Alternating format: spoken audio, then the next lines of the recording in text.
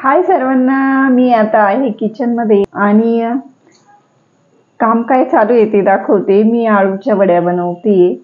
पानं अगदी छोटे छोटेच आहे, त्याच्याच वड्या बनवते। आपले वरचेच आहे, मग वरचे वर मुटके वड्या ते पानाचं असं करून खात असतो आम्ही। तर म्हटलं चला आज वड्या करत थोडेशा गप्पा तरी मारू।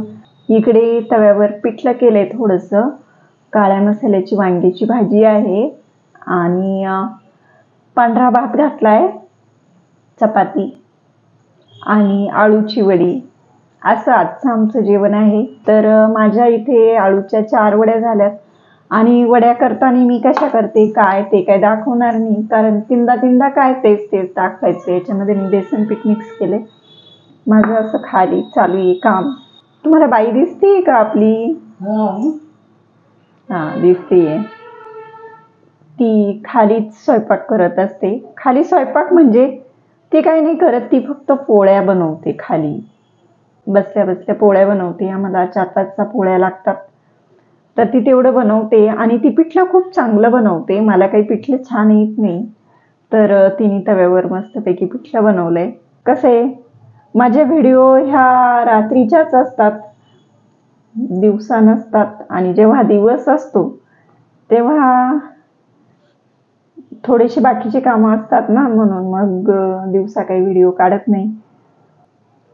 आणि पुढच्या वीकमध्ये येतील माझ्या दिवसाच्या व्हिडिओ।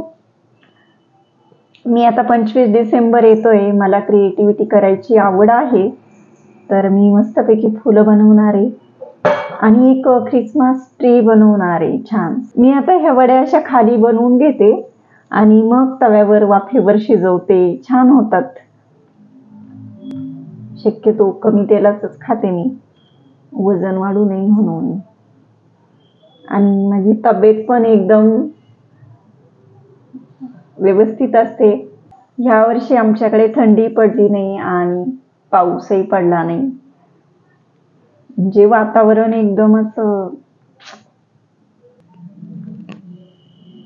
बघा। आता ही आळूची वडी कशी झाली आहे, अशी छोटे छोटे पानं आहेत ना, पण मजा येते ही छोट्या छोट्या पानांची करायला। असं थोडासा वेळ जातो याच्यामध्ये बरं का, थोडासा म्हणजे बऱ्यापैकी खूप जास्त वेळ जातो आळूची ही वडी करायला अशी छोट्या पानांची। आणि मोठे पानं असल्यावर कसं पटकन होतात। आता माझे हात पण बघा अशी किती भरले, अशी वडी केली मी। पण ही पानं कोवळे असल्यामुळे ना पटकन शिजतात त्या। खूप जास्त ओला झाला माझा ड्रेस, खूप ड्रेस ओला झाला। व्हिडिओच्या नावात सगळं बेसन पीठ माझ्या ड्रेसवरच सांडलं, मग मी आता ते धुवून घेतलं।